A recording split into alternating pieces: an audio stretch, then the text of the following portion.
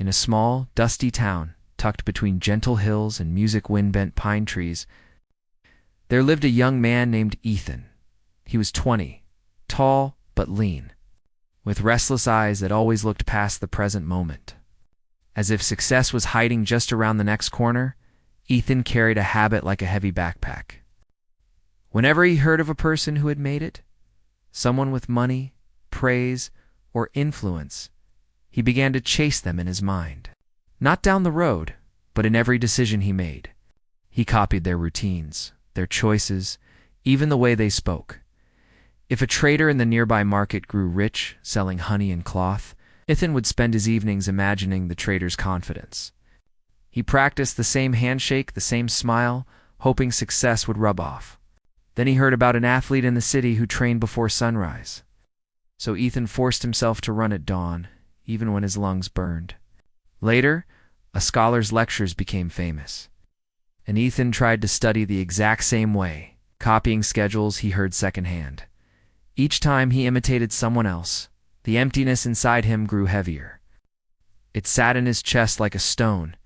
His mind became crowded with comparisons. He's faster. She's smarter. They started earlier. The more he chased, the smaller he felt. At night, he replayed other people's lives in his head like a broken song. He would plan a new routine, promise himself a new personality, and wake up already tired. Even when he did something right, it never felt like a win. It felt like acting in a role that didn't fit. One evening, when the sun slid behind the hills and painted the town in orange light, Ethan wandered beyond the last house's music to an old maple tree beside the river. Its branches were wide and patient, and the ground beneath it was packed smooth by years of footsteps. Sitting there as if he belonged to the tree itself was an elderly man everyone called Mr. Rowan. His hair was white like river foam, and his eyes held a calm that made people lower their voices. The villagers said he had seen droughts, floods, love, betrayal, and triumph. Music, and yet he remained steady. Ethan sat nearby. After a long breath, he spoke. "Sir, I don't understand. I follow successful people. I read their stories. I copy what they do. But no matter what I try, I feel weaker, like I'll never be enough." What? Mr. Rowan didn't answer right away. The wind whispered through the leaves, and the air smelled of dust and faint wildflowers. Finally, he said, soft but certain, "Stop chasing them." Ethan blinked. "Stop, but they're successful. If I stop, I'll stay stuck. I'll never become like them." Mr. Rowan smiled gently. "Ethan, the lives you chase are not your life. You see the surface. Applause, money, respect.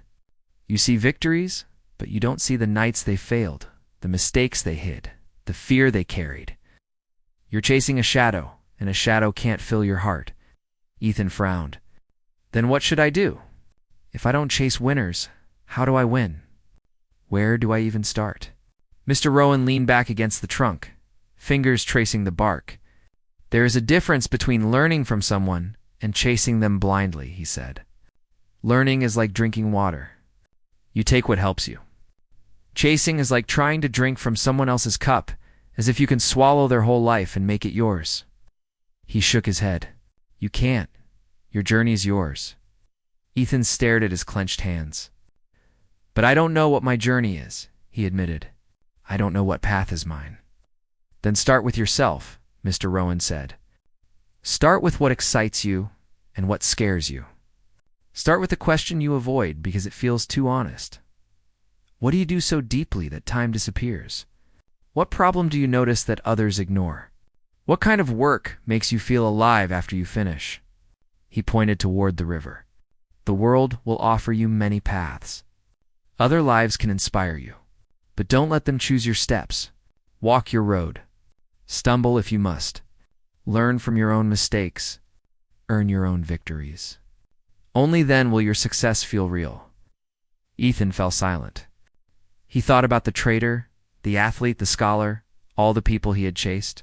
He realized he never felt joy while copying them, only pressure and envy. Mr. Rowan placed a wrinkled hand on Ethan's shoulder. "Here's the secret," he said. Life is not about catching someone else's shadow. Life is about learning to cast your own light. If you chase others, you'll always live behind them. But if you walk your path even slowly, you will shine in a way no one can replace. The sun was gone now, and the first stars appeared like tiny pinpricks in the sky. Ethan felt something shift inside him, warm and quiet. He understood, maybe for the first time, chasing people would never give him himself. He thanked Mr. Rowan and walked home. That night he didn't study anyone else's life. He sat in the dark and asked himself simple questions.